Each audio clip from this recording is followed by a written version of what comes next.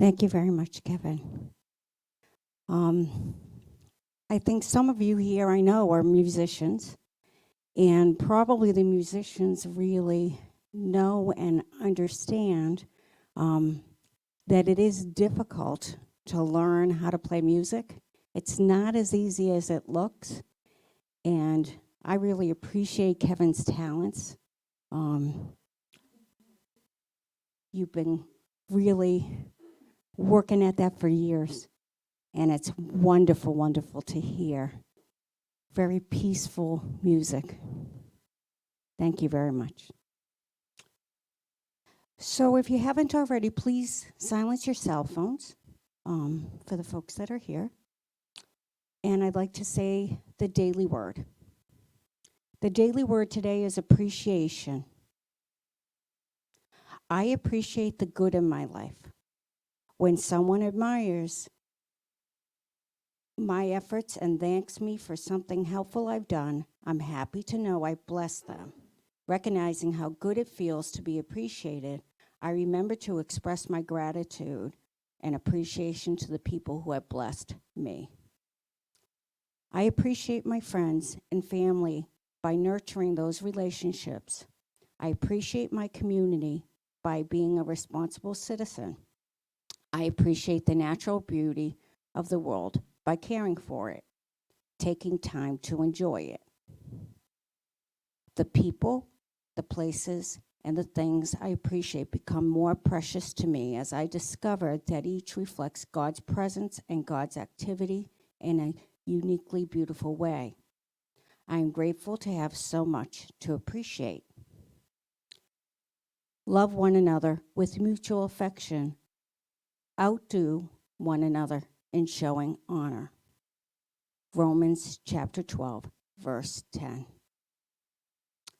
The daily word again is appreciation. I appreciate the good in my life.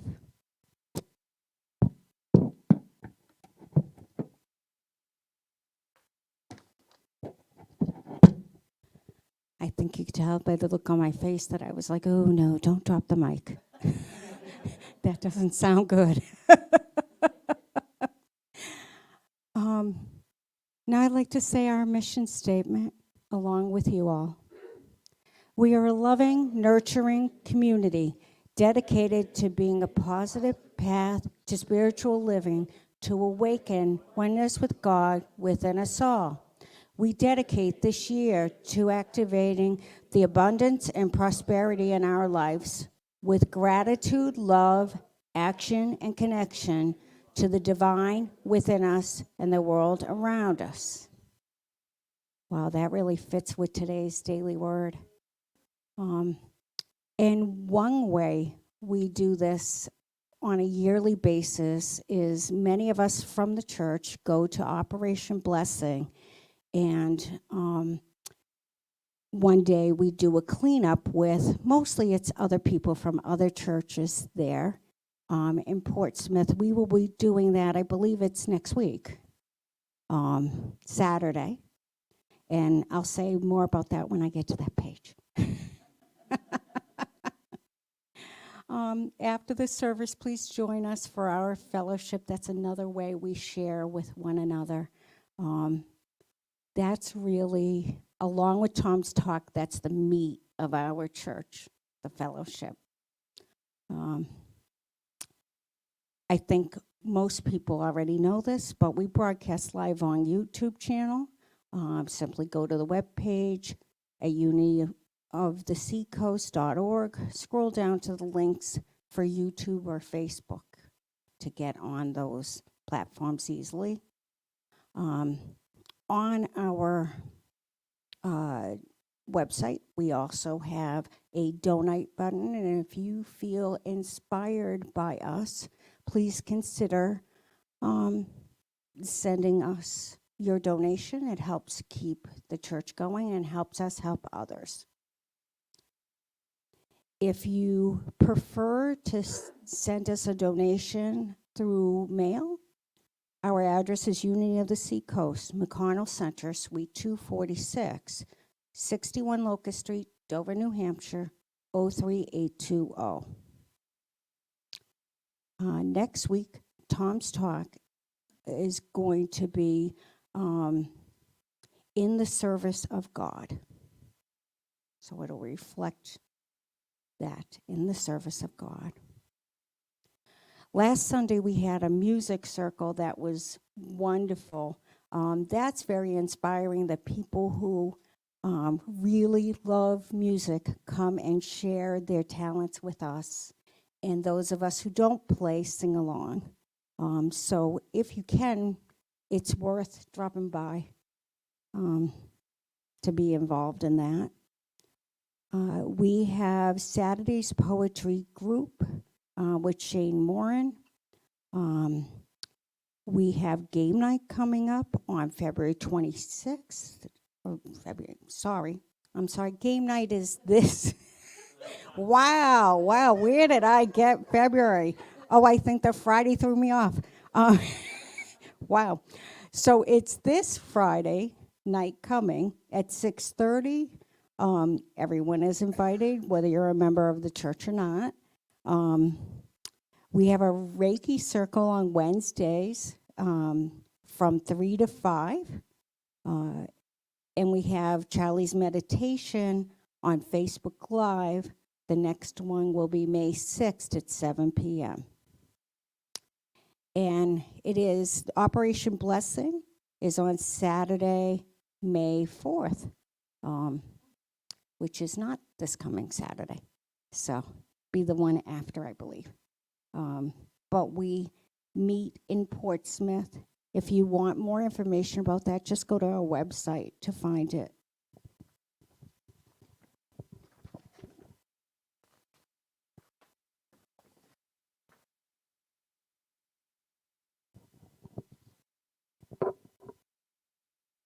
You can also visit Operation Blessing's website at www.operationblessingnh.org for information to register for that. And now I'd like to do a tradition that we do at Unity Churches. Namaste. Namaste stands for, in my mind, it stands for, I see the best in you. I see the Christ in you. Please bow your head and say namaste.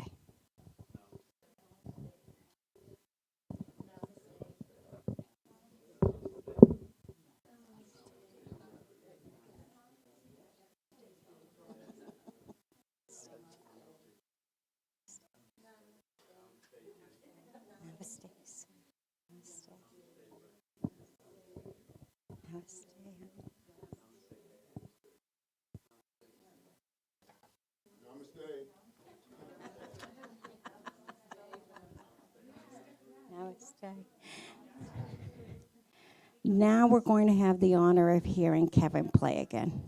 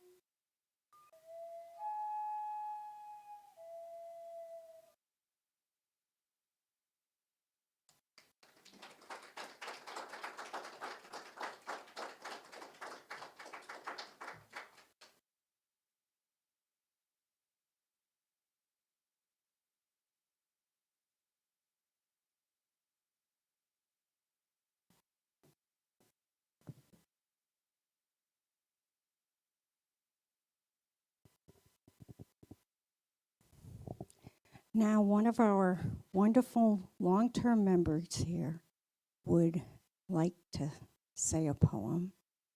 Bonnie, please come up.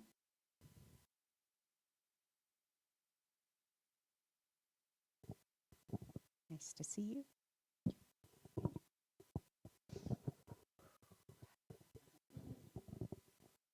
Breathe deep. When Tom last week announced he was going to do the prosperity message today, years ago, when I lived in Exeter, and we were on 2nd Street in Dover, New Hampshire, when Irene and Dave Tompkinson were there, I was asked to share my experience on tithing. And I had just started, and I was petrified. I did not stand in front of a group, trust me. So anyway, I had to think about it and pray about it, of course. I don't do anything without praying. I always say, left to my devices, I know nothing. So when they asked me, I said I could share the best in poetry form. So I did. I wrote a poem of my experience, and I'd like to share that with you now. And I couldn't think what to call it, and all of a sudden it's like, just call it tithing. That's what it's all about. And just to see how long ago this was that I wrote this poem, it was in 2005. So I'll begin. I didn't know what to do. I had a mortgage to pay, and I was also very sick and didn't know what to say. I had listened to many share themselves. At that time, I was a member of Unity on the River, and people would get up and share about their tithing experience or prosperity, how prosperous they had begun by only giving 10%.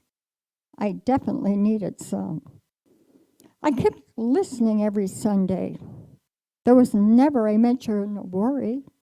I couldn't figure out how they could have more. It was time for me to scurry. There was a 4 T's class coming up. That's 4 T's, which means tithing, treasures, talent, and tithing. And I knew I was good at contracts. My promise to God was 10%, and I needed to trust all the facts. My furnace broke down and I was sick. I didn't know what to do because I had no return on my 10%, and I felt like I had the flu. I used all my money for supplements. I was feeling ill every day. I had no energy to worry and trusted God would show me the way. A card with a check start came into my mail from someone very dear. They said their hearts had told them to tithe to me, and they had no fear. The next day when I went to work, I shared with someone there, my furnace had gone out that the very night I woke up to quite a scare. Now I had to borrow money from my mother, which was hard. I told her what I needed and sent a thank you card.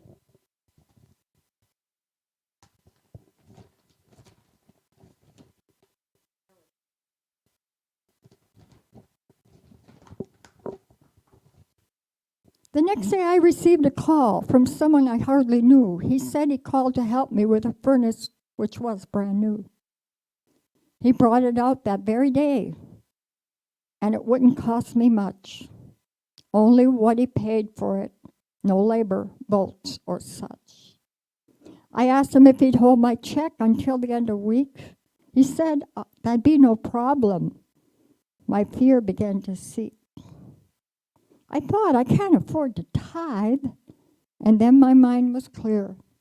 The law had started working, and there was nothing else to fear. I did not get 1,000 as I'd asked my mother. She sent me 6 times that much to my sisters and my brother. This tithing sure was working. I always had enough. I made sure that God got 10%. It wasn't even tough. Many other types of prosperity was always coming my way. It came the time for me to sell my home. I could not stay. The ad was in the paper on a Friday night. I just kept on a tithing to God, who was my light. The second man who checked my home just loved what he did see. The offer he came back with was perfect just for me. I could not move for 3 more months. My apartment was being built. He said he'd wait until that time, and I felt a tinge of guilt. Don't ask me why.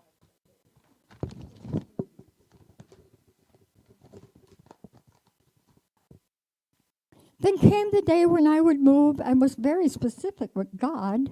I wanted an apartment way on top that would light up like a rod. On the day we drew our numbers, it was plain for me to see I had drawn a number I did not want. Now, what did God want for me? I became full of fear. I couldn't get the sun. I wouldn't get the sun. I could not understand. My friends were all praying, and I was too. God had dealt me, I thought, a rough hand. I was walking out to go to work, and I looked to my left and did see a man looking down and clearly upset, holding a paper, it seemed to me. I asked him what apartment he drew. He said, I drew 301. It's a right front corner way on top, and I do not like the sun. The rest of this story is history. God is so good to me. Once again, he didn't fail me. I look from the top and I see. I learned to be quiet so I wouldn't disturb the man who lived under me. I tried but still had to apologize. He was deaf as he motioned to me. There were many, many others, too numerous to name. I only know that God goes down in my famous Hall of Fame. I feed the hungry, I tithe to God. It makes a happy heart. I never even think of me. For me, that wouldn't be smart. The law for me is tithing. It gives me peace within. All I know is when I give, God gives me back times 10.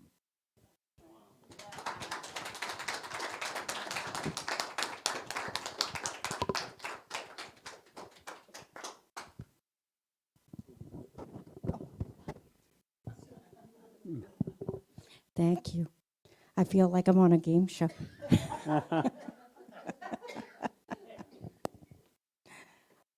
Oh, boy. So I would love to just introduce Tom. Tom, come on up and talk a little bit more about prosperity. Thanks. I'm prosperous because you're my friend. Thank you. Right back at you. So Bonnie, I can't follow that. Nothing I can say compares. Give 10%, I'm done. There's a couple things that I want to mention before I start. One has to do with tithing, and one has to do with just something that bothered me that we saw last night on TV.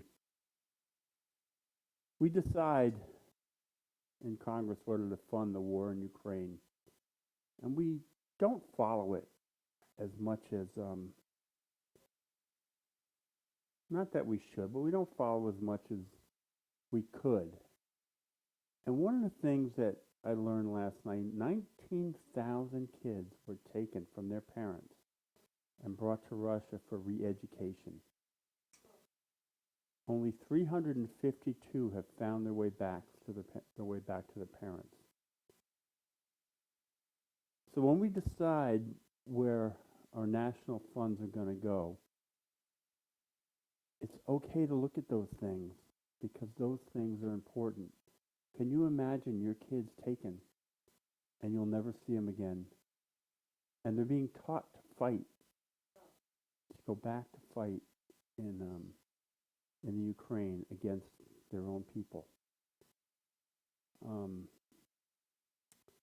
They voted to pass the funding yesterday, and with that, they want to oust the Speaker of the House for voting along conscience. You should never lose your job for voting along your conscience. So just keep that, and whatever side you're on. You know, obviously I lean a little bit toward the liberal, but whatever side you're on, balance it out with your conscience, whatever you do, because that's the only way that we rise above this division that is in our country. And I like to tell you, I'm not going to talk more about this over the next year, but world stuff matters. We live in the world. Now, on the tithing thing, we didn't have a board meeting this month, so we never decided where we were going to tithe to as a church. I learned this week that Mikey, who does the acoustic circle, with us, his drummer for 30 years, passed away. He has another band called Trainwreck. It's just an incredible blues band. And so he's doing a fundraiser for his family. And you tithe to what inspires you. Mikey has inspired me since the moment I picked up a guitar. So if it's okay with everyone, this month I would like the church to tithe to that. And I will go there next Saturday and offer that. Okay, thank you so much. So this talk on tithing is a talk that people don't like to hear. Because how much is Tom asking for? Why do we need to tithe to be abundant? Whenever I counsel people, they call me and ask me, about things not going their way in life. One of the first things I ask them is, what do you do to give back to the world? And there's a reason for this. Tithing is 10%, not just financial, time and talent.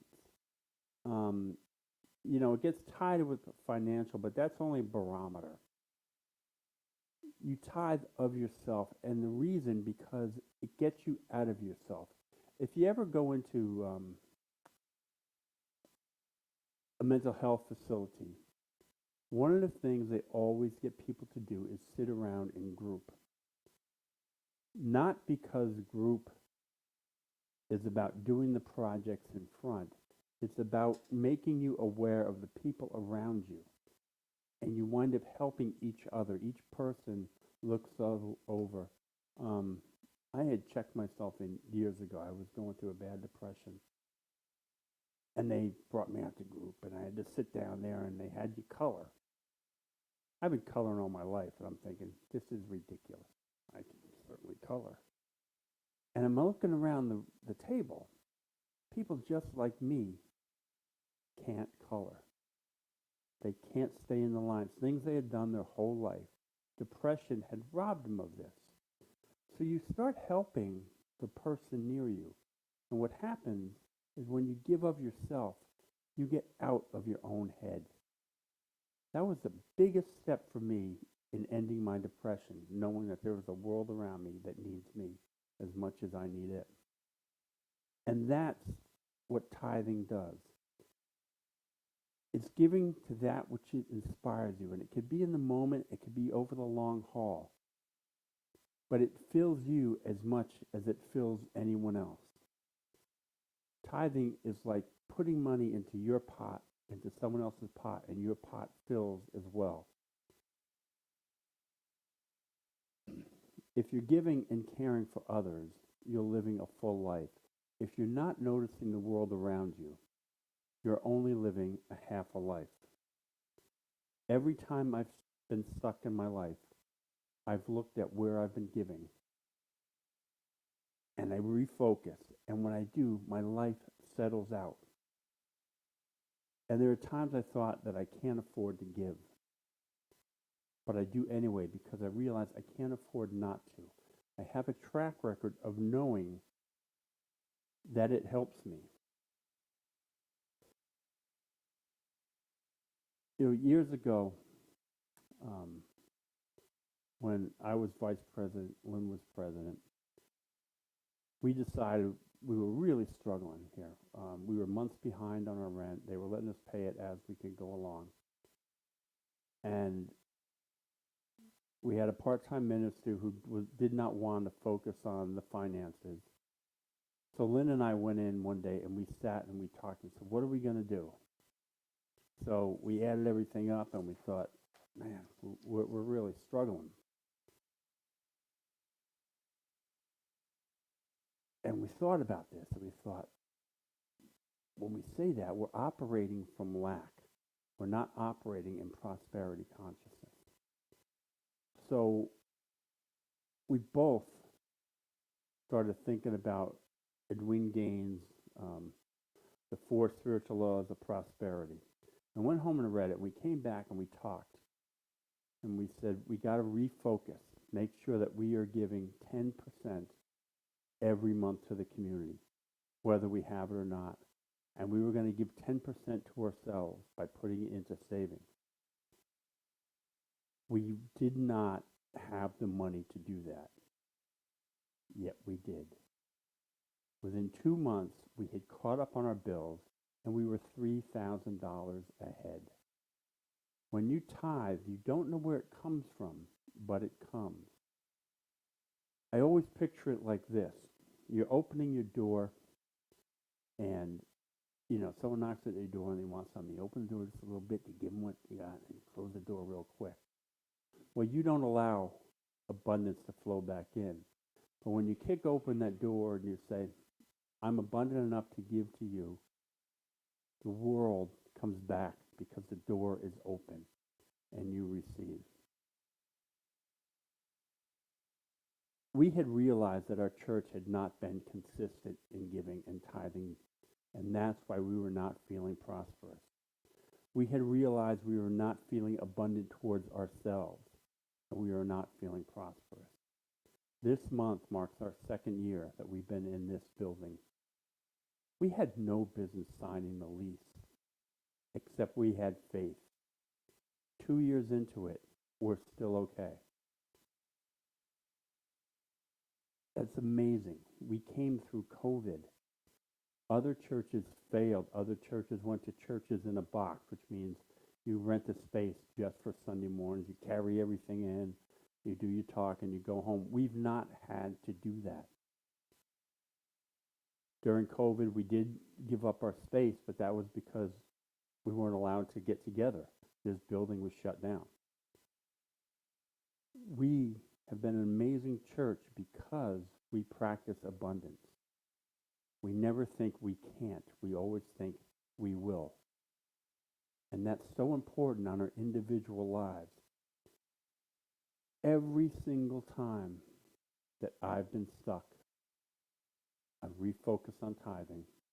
I've picked up a prosperity book, and life turns around. Because the world does not operate on a zero-based economy. People operate on a zero-based economy. Governments make you think it's a zero-based economy. There is enough abundance in this world for everybody. We grow enough food in this country alone to feed the world. We grow enough food in the world to feed it many times over. But we get this, if we give, we're losing something. We pay farmers to not sell their crops, to burn them. It's just crazy. But on individual level, we help each other. That's the idea of fellowship. Fellowship is to make sure that we all share an abundance. So when we leave here, we're on an abundant footing. We love each other because we've gotten used to it. We show up for events. We care. And those things, they pay off.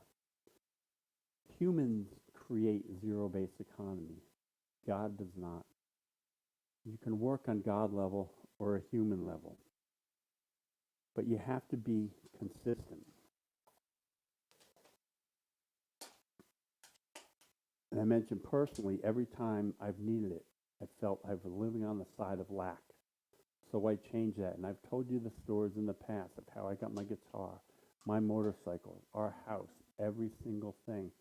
It happens. You see it on the news, you read it in books, and we dismiss it because we get cynical and, oh, it's not going to, doesn't make sense. How do I give if I don't have it? You give. You just do it because you know it works. God doesn't want it any other way.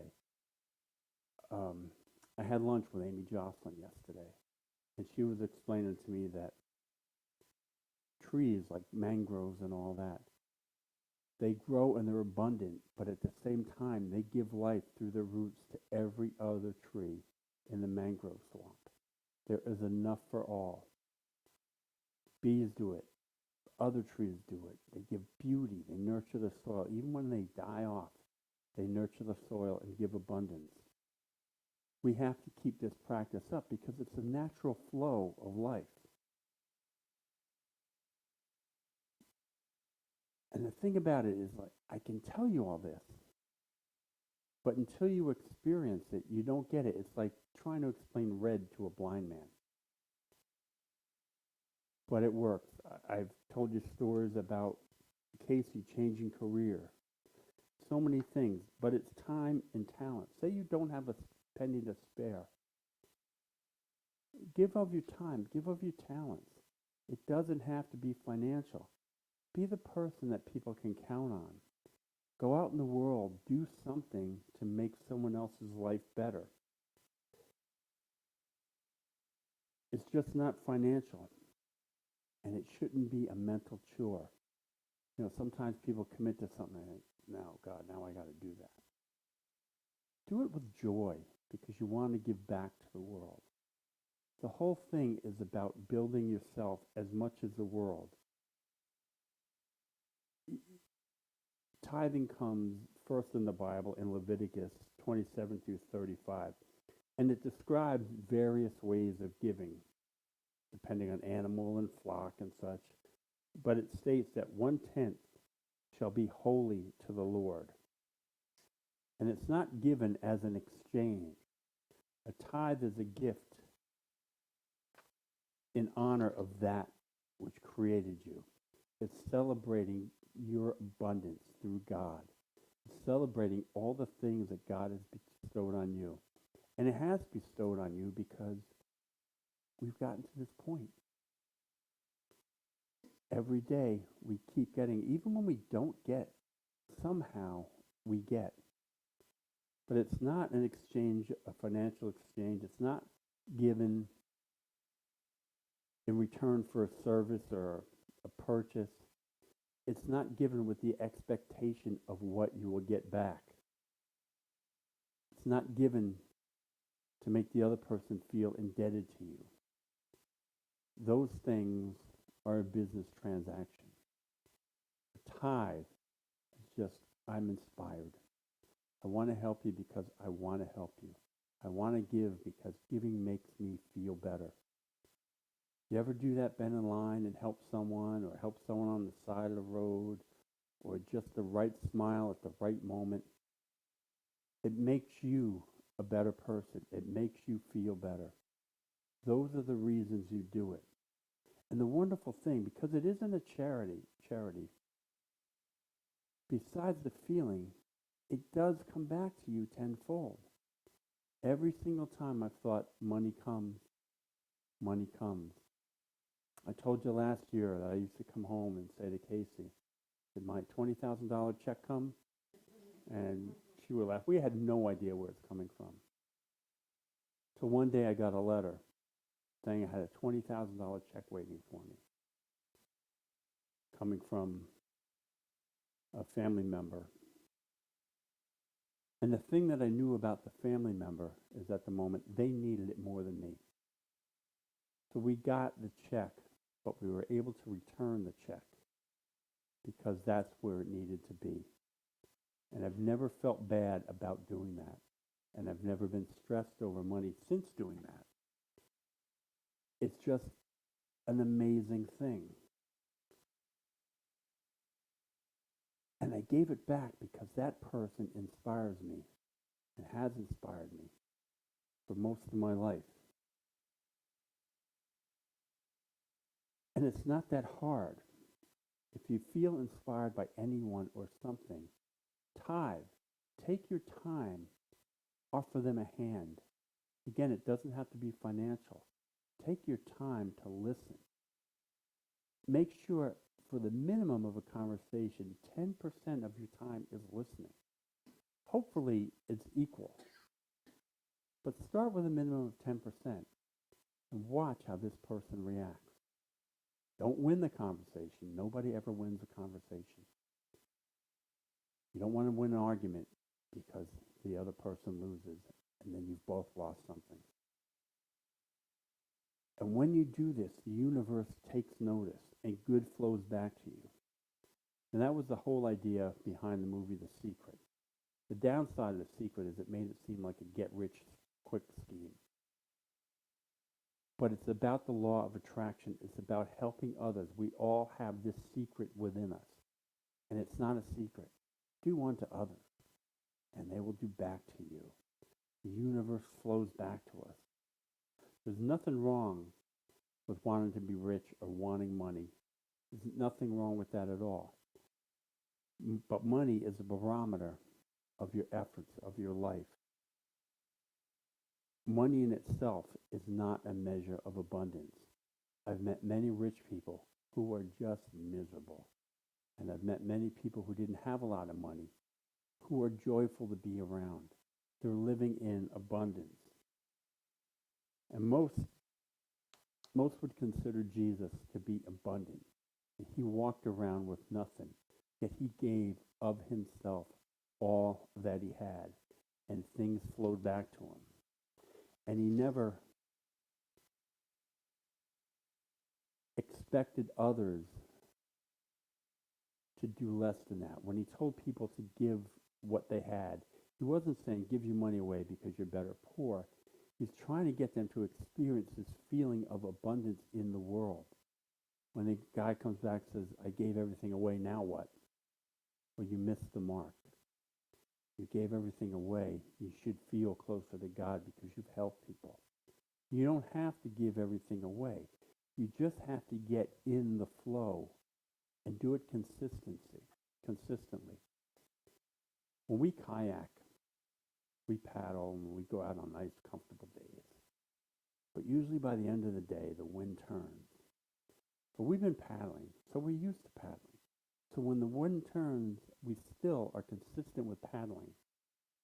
So in the hard times, when life turns against you, all those patterns, all those rituals and things that you do in the easy times, you're capable of doing it in the difficult times. So if you give of yourself, time, talents, money, in the easy times, you're used to doing it. So when the hard times come, you just say, it's worked for me always. That's why I had so many easy times. I will continue to do this. And the universe takes notice. And you have faith to know history presents this to you. You can remember those moments in your life when you've given of yourself, you've tithed, you've done all the right things, and it's paid off. I look back and I reflect on those moments. I go, it works. I'm fine. And the first time I was told to tithe, I certainly didn't want to. But I trusted the person who was telling me. So my faith lied in that person, not in the action of tithing. But very quickly, my faith turned to the action of tithing. I spent time donating my time to the church. I was there every day till they were going, can you go home? And I donated to different things. I became aware of the world around me.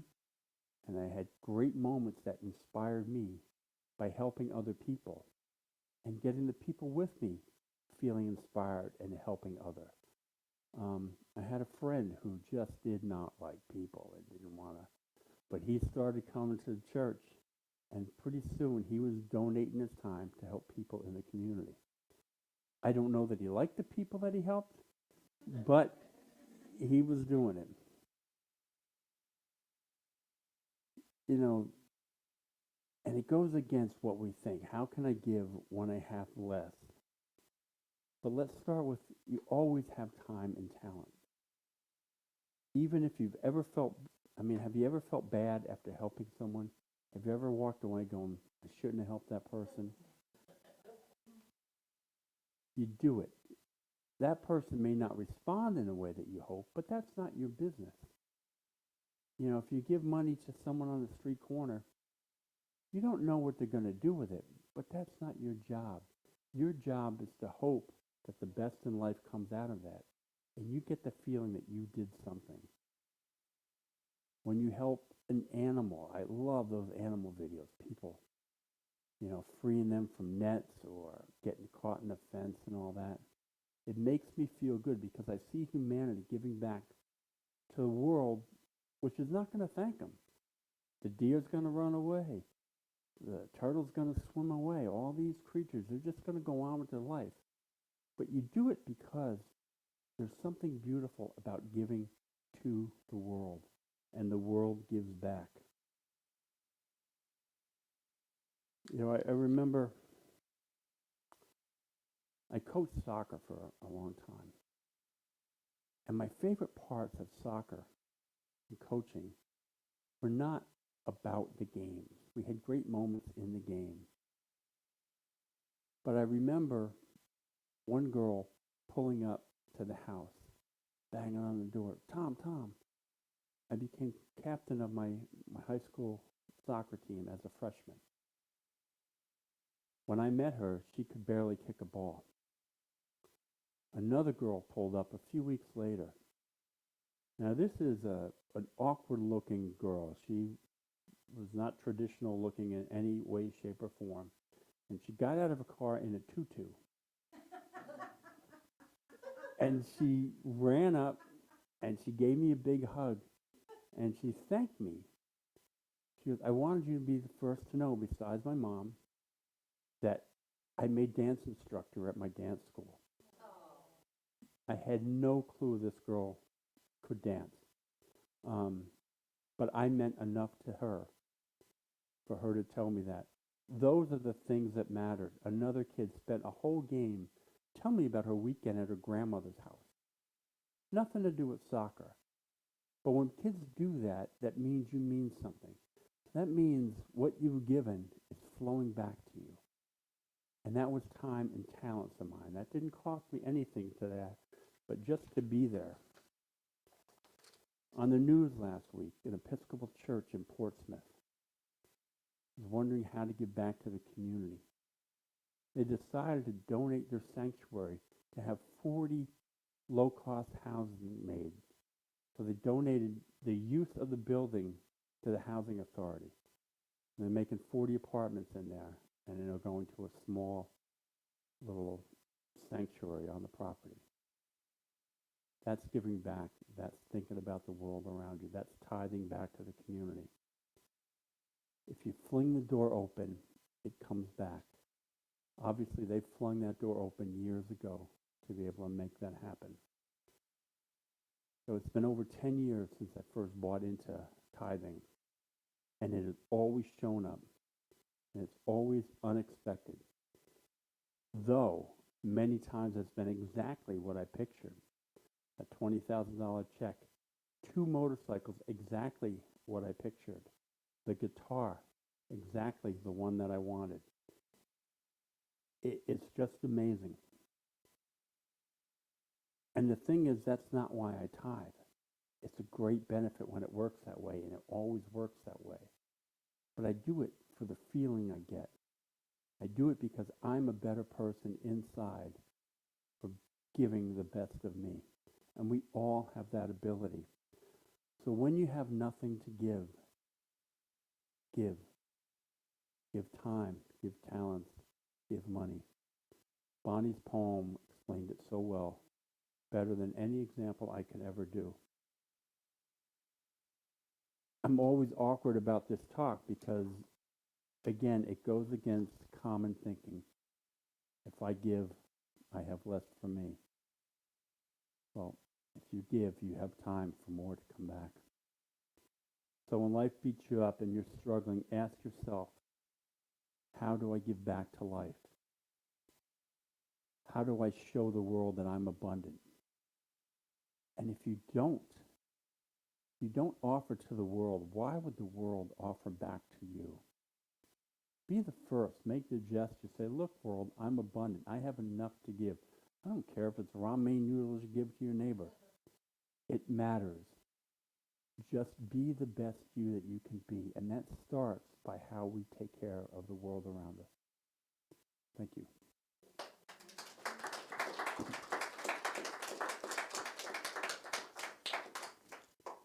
So normally I would do the prayer for others and a meditation, but our time is 5 of 11. So we're going to jump straight into the tithes and offerings, if that's okay. We'll do double prayers next week. Yeah. By the way, that's part of the tithe of this. If you're not giving, place your hand over. Offer a prayer. Nothing is a better tithe than praying.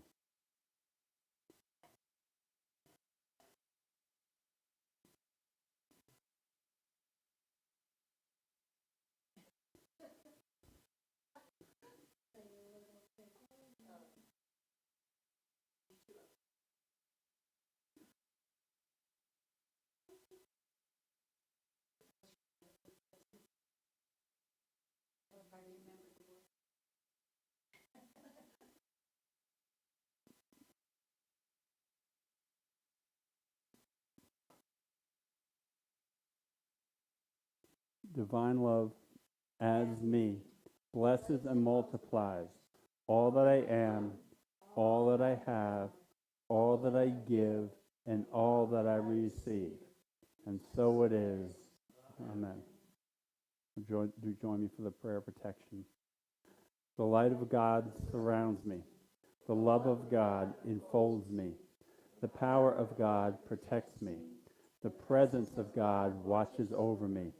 Wherever I am, God is, and all is well, and we are richly blessed. Thank you all. Join us for the peace song.